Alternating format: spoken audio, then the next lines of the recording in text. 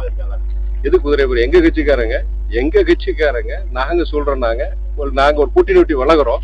கூட்டணி வளரும் போது எங்களுடைய சட்டமன்ற உறுப்பினர்கள் இனிமே வந்து இந்த இயக்கத்துல, ஏன்னா எங்க சின்னத்துல அவங்க போட்டி போடல, இன்னொரு கட்சி சின்னத்துல போட்டி போட வற்புறுத்தப்பட்டு எங்க கட்சியில இருந்து ராஜினாமா பண்ண வச்சு அந்த கட்சியில உறுப்பினரை சேர்ந்து அதுக்கப்புறம் போட்டி போட வச்சிருக்காங்க. டெக்னிக்கலா பாத்தீங்கன்னா அவங்க வந்து மதிமுக சட்டமன்ற உறுப்பினர் கிடையாது, இன்னைக்கு திமுக சட்டமன்ற உறுப்பினர். இன்னைக்கு அதை வேற மாதிரி கொண்டு போய் இன்னைக்கு அவங்க திமுக சேர்க்கக்கூடிய ஒரு சூழ்நிலை உருவாக்கி இருக்கிறாங்க.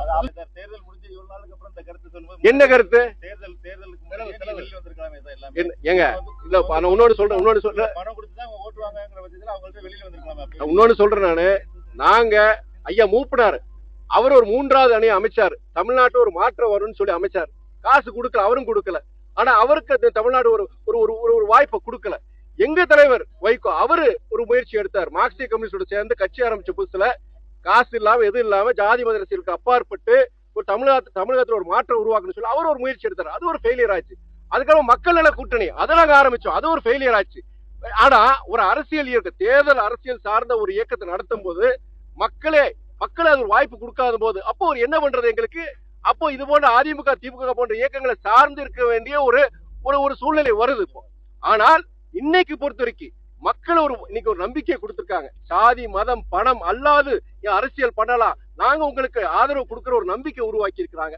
அதன் அடிப்படையில இனி தமிழகம் ஒரு மாற்றம் தமிழகத்தில் உருவாகி இருக்கு. இந்த மாற்றம் தொடரணும், இந்த மாற்றத்துக்கு நம்ம ஆதரவு கொடுக்கணும். அதன் அடிப்படையில விசிகே, காங்கிரஸ் எல்லா இயக்கங்களும் மதிமுக உட்பட இன்னைக்கு அவங்க தாவைக்காக ஆதரவு கொடுத்திருக்காங்க. இதுல எந்த குதிரை பேர, நீங்க குதிரை பேர கழுதை பேர இந்த ஒட்டக பேரல எங்க கேட்க வேண்டிய இடத்துல நீங்க கேள்வி கேட்கணும், இங்க கேட்க கூடாது. இப்ப எலெக்ஷன்ல வந்து மேண்டேட் வந்து டிவிகேக்கு 107 தான் கொடுத்திருக்காங்க.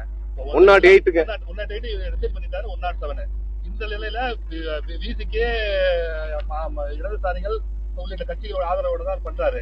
இருப்பினும் வந்து அவரோட மேண்டேட் 118 வரணுங்கிறதுக்காக ஏடிஎம்கே எம்எல்ஏக்கள் இப்ப இது வரைக்கும் அந்த 6 பேர் ராஜினாமா பண்ணிருக்காங்க. உங்களுடைய எம்எல்ஏக்கள் 2 பேரும் ராஜினாமா பண்ண சொல்லியிருக்காங்க. அவங்களுடைய மேண்டேட் வந்து 118 நம்ம கொண்டு வரணுங்கிற மேண்டேட்ல போறாங்க. அப்படிங்கும் போது இது வந்து என்ன பேரும் எங்க விசிக்கு பொது உடைமை இயக்கங்கள் காங்கிரஸ் எல்லாம் தெளிவா சொல்லிட்டாங்க. எந்த காரணத்துக்காக நாங்கள் தாவேக்கா அந்த அரசு ஆதரிக்கிறோம், ஏன் நம்முடைய சகோதரர் விஜயை நாங்க ஆதரிக்கிறோங்கிறது அந்த இயக்கங்கள் தெளிவா சொல்லிட்டாங்க. அதாவது தாவேக்காக்கு சகோதரர் விஜய்க்கு வந்து அப்சல்யூட் மெஜாரிட்டி கிடையாது. நீங்க சொல்ற மாதிரி 118 இருந்தாதான் அவங்களுக்கு அப்சல்யூட் மெஜாரிட்டி. அப்படி இருக்கும் பொழுது ஆதரவு, ஒருவேளை காங்கிரஸ் நீங்க பொது உடைமை இயக்கங்களை ஆதரவு கொடுக்கலன்னு வச்சுக்கோங்க, என்ன நடக்கும்? ஜனாதிபதி ஆட்சி வரும். ஜனாதிபதி ஆட்சி பொறுத்த வரைக்கும் இன்னைக்கு தமிழ்நாடு மக்கள் வாக்காளர் பெருமக்களுடைய மனநிலைக்கு ஏற்ப இருக்காது. அது டெல்லியிலிருந்து ஒரு அரசாட்சி மாதிரி இருக்கும். அது வந்து தமிழ்நாட்டில் நடந்துடக்கூடாதுங்கிறதுக்காண்டி ஒரு தொங்கு மந்திரி சபை ஹங்க அசம்பிளி வந்துடக்கூடாது. மக்களுடைய தமிழ்நாட்டு மக்களுக்காக அந்த ஒரு நலன் கருதி இப்படி இந்த இயக்கங்கள்லாம் இன்னைக்கு வந்து தாவேக்காக்கு இன்னைக்கு ஆதரவு அளிச்சிருக்கிறாங்க.